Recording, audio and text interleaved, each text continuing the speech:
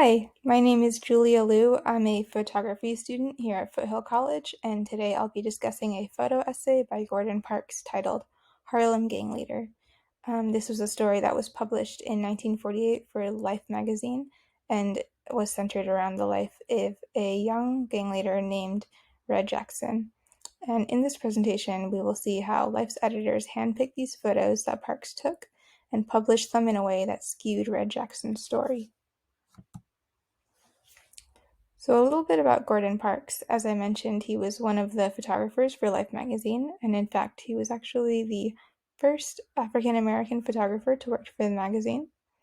He was born into poverty and segregation, and this identity likely influenced his decision to tell the story of Harlem's gang wars. Harlem is known for its high poverty rate. It's called the Black Mecca of the world, so it's no surprise that Gordon Parks felt this connection to Harlem and its people, and especially with Red Jackson. So first off, we'll take a look at a sequence of 5 photos that make Red Jackson look violent. So if we look at the first photo on the left, we see Red Jackson. He's in a dark room, looking quite gravely out of a broken window. And this photo was used for the cover of the story, and to me it really sets the stage for a narrative of despair, violence, and aggression. And this is unfortunately how the subject becomes portrayed throughout the rest of the magazine. So in this next photo, Jackson is seen attending a funeral for the death of what looks like a young gang member. Again, the photo shows a lot of themes of death and grief, especially with the open casket.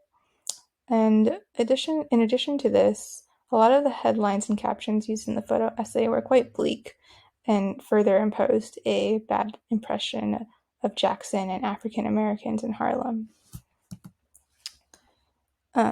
So here we have an example of the subtitle that was used on the cover of the story. As you can see, the magazine uses the words fear, frustration, and violence, which have a very negative connotation and portray Jackson as a very aggressive and unapproachable person.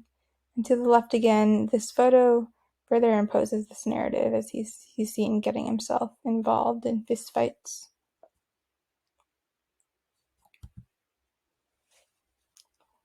So some might ask why Life magazine decided to portray Red Jackson in this way, and one explanation is that they wanted to create a story that would get the attention of readers, and they thought they could achieve this by excluding the more mundane parts of Jackson's life. Another reason, and perhaps a larger reason, was that these magazine editors associated Jackson with a racial stereotype, and they wanted to include photos in the story to enforce the stereotype. So here in this photo, we can see Red Jackson. He's graffitiing a wall, and this is something very shocking, very compelling, and no doubt enforces a stereotype about African Americans. Another thing to consider is that a lot of these photos were cropped and enhanced, and this affected the way that the reader interpreted the photos. So in this example, the unfinished photo on the right includes far more negative space, which shifts focus away from the fight and overall makes the photo look brighter. On the left, the published photo, due to the cropping, it looks a lot more crowded and darker, which gives the illusion of more violence and danger. So now we will shift our focus to the photos that make Red Jackson look kind. So one thing to consider is that the magazine editors, their political and racial beliefs may subconsciously permeate into their work. In the case of Jackson and Gordon Parks, the editors likely had a racial bias against Jackson, and this caused a subsequent bias towards the images that portrayed him as more violent. And instead, as we see to the left, Jackson was not, a completely violent person. In this photo, he's actually seen as quite gentle, as we see he's cradling a young child. And in this photo, Jackson, he's seen adjusting his tie, something viewed as very proper, very high class, and which is in contrast to what was published. And from what we know, the editorial choices were definitely in opposition with Park's intentions. According to Park himself, he actually fought against the decision to publish these photos, and he was worried that he had violated Jackson's trust. And indeed, he did end up violating Jackson's trust, as we see here, a quote from Red Jackson: "Damn, Mr. Parks, you made a criminal out of me." And to the left, we see Jackson helping out with the dishes, which shows a completely different narrative from the photos that we saw earlier.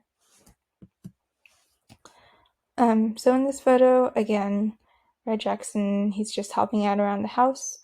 From these unpublished photos, it's clear that the magazine portrayed Jackson in a very shallow and neglectful way, and as such, it was just completely untruthful to Jackson's larger story. So Jackson's larger story, at least in my opinion, shows complexity, humanity, and kindness, and this was definitely not the story that Life magazine told. In the photo here to the left, he is riding a bike around the city, which shows that he was really in touch with his community. And so overall, Life magazine's story, Harlem Gang Leader, was a story that just flat out misrepresented the story of a young boy in Harlem. It perpetuated racial bias, and hopefully this is something that won't happen again anytime soon. So this is my works cited.